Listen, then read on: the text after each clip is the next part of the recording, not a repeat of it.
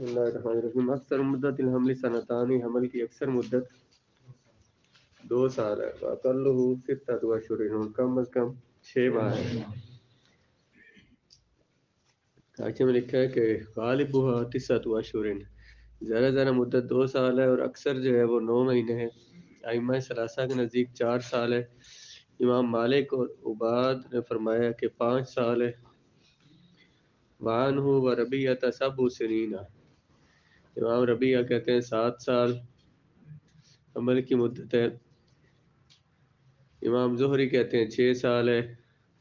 اور جنہوں نے یہ زیادہ سالوں کی جو حکایات کی ہیں نا، جو باتیں کی ہیں، تو انہوں نے تمسکوا بذالک بھی حکایات، انہوں نے کچھ حکایات سے دلیلیں بنائی ہیں۔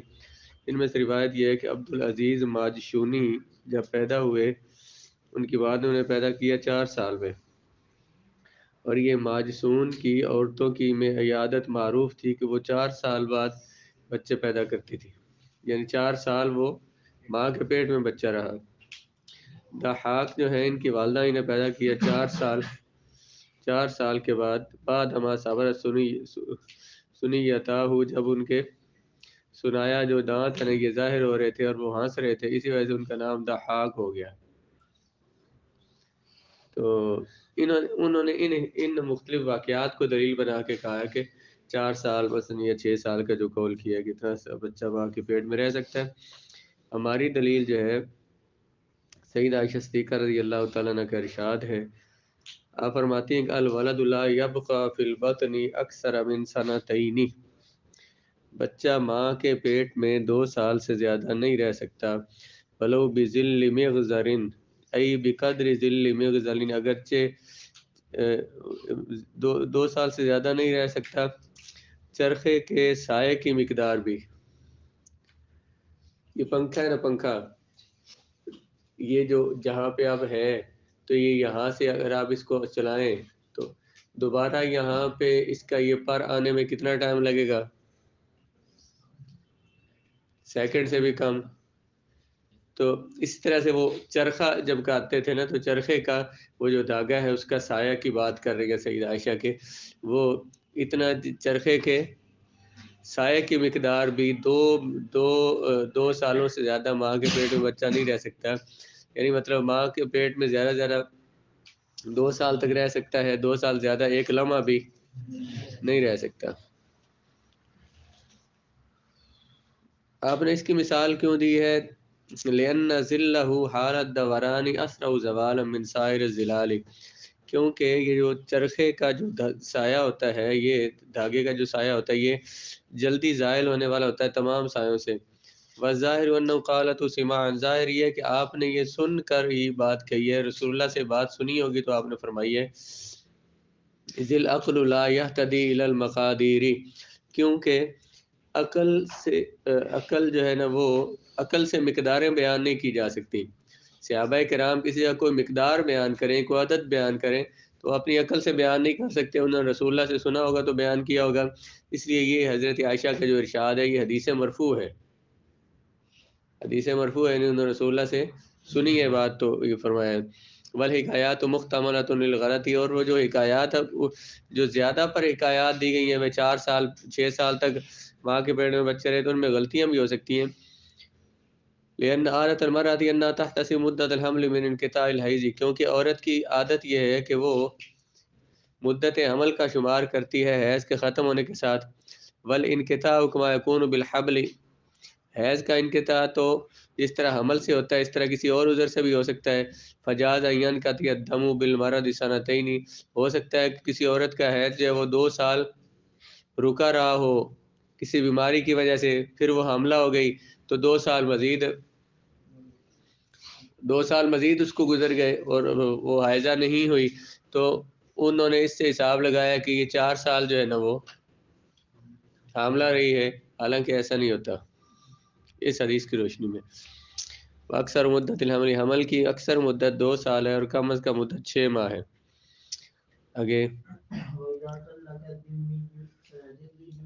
اس پر دیکھیں، کم از کم مدت 6 ماہ، اس پر اللہ تعالیٰ کا ارشاد وَحَمْلُهُ وَفِصَالُهُ 30 شَهْرًا، کہ بچے کا حمل اور اس کا دودھ چھڑوانا 20 مہینے ہیں۔ پھر اللہ تعالیٰ نے خود ہی فرمایا وَفِصَالُهُ فِي عَامَيْنِ، اور دودھ چھڑوانا کتنے سال میں ہے؟ 2 سال میں. دودھ جب 2 سال میں چھڑوایا جائے گا، اس طرح فرمایا وَالْوَالِدَاتُ يُرْضِعْنَ أَوْلَادَهُنَّ حَوْلَيْنِ كَامِلَيْنِ، مائیں 2 سال تک دودھ پلا سکتی ہیں بچوں کو. تو 2 سال دودھ پلانے کی مدت ہو گئی. تو دودھ پلانے کی مدت ہے 2 سال بعد چھڑوا دینا ہے، تو دودھ چھڑوانے کی مدت کتنی ہوگی؟ 2 سال.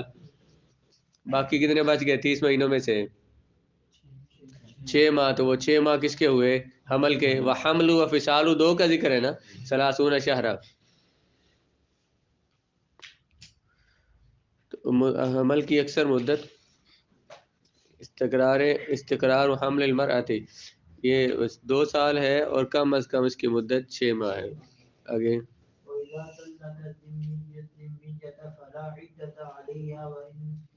اگر کسی ذمی نے ذمی عورت کو طلاق دے دی تو اس پر عدت نہیں ہے.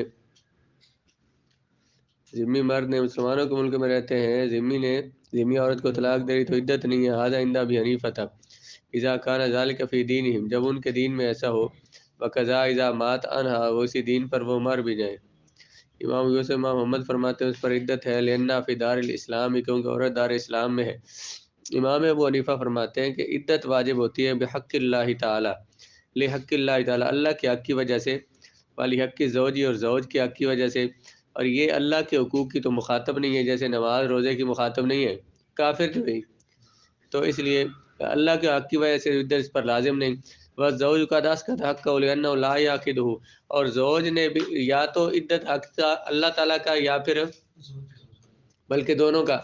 تو اللہ تعالیٰ کا حق تو اس پر لازم نہیں ہے، اور زوج اپنا حق ساقط کر چکا ہے، کیونکہ زوج کے دین میں یہ نہیں ہے.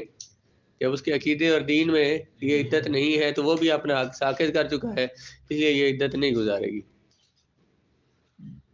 جب طلاق دی ذمی مرد نے ذمی عورت کو تو نہیں ہے عدت اس عورت پر. آگے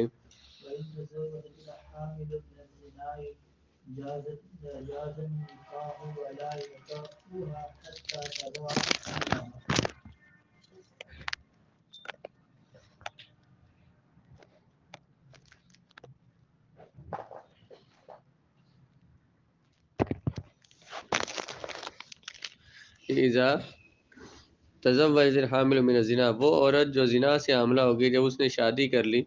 اگر اس نے شادی کر لی تو اس کا نکاح تو جائز ہو جائے گا، لیکن اس کے ساتھ وطی کرنا جائز نہیں ہے جب تک کہ وہ بچہ پیدا نہ کر دے. کیونکہ رسول اللہ علیہ والسلام، مسئلہ سمجھ آ گیا کوئی نہیں؟ حاملہ ہے زنا سے تو وہ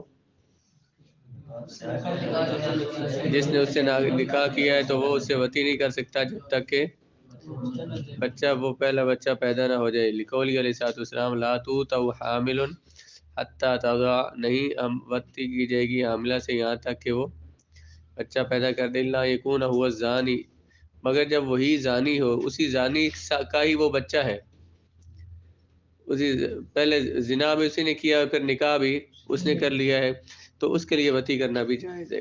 امام ظفر فرماتے ہیں کہ حبلہ من الزنا جو ہے اس کا نکاح فاسد ہے. والخلاف فيما اذا انکر الحمل اما اذا اقر انه منه فالنکاح صحیح. اور ان کے نزدیک بھی یہ نکاح فاسد تب ہے جب وہ حمل کا انکار کرے، وہ جو نکاح کرنے والا ہے کہ میرا نہیں ہے. اگر وہ اقرار کرے کہ یہ پہلے زنا بھی اسی نے کیا اور اس سے بچہ ہے تو پھر اس کا نکاح بھی صحیح ہو جائے گا. ولا یمنع من وطیہا، اسے اس کی وطی کرنے سے منع نہیں کیا جائے گا. اور سب کے نزدیک جب زہر وہ پہلے ہی حاملہ ہے تو اس سے وطی نہیں کر رہا تو کیا اسے خرچہ دے گا کہ نہیں دے گا؟ تو کہتے ہیں خرچہ دینا اس پر لازم ہے کیونکہ اس کے پاس رہ رہی ہے.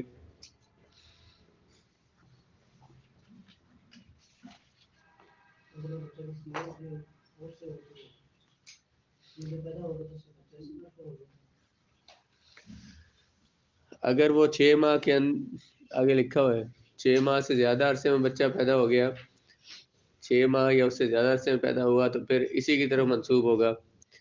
تو اگر 6 ماہ سے کم میں پیدا ہو گیا پھر اس کی طرف منسوب نہیں ہوگا. تو جو اس کی طرف منسوب ہوگا اسی کا خرچہ اس نے دینا، جو اس کی طرف منسوب نہیں ہوگا اس کا خرچہ اس پر لازم نہیں ہے. الولد للفراش جو حدیث پڑھی تھی کل، الولد للفراش، تو فراش تب جب فراش بن سکتا اس کا احتمال بھی ہو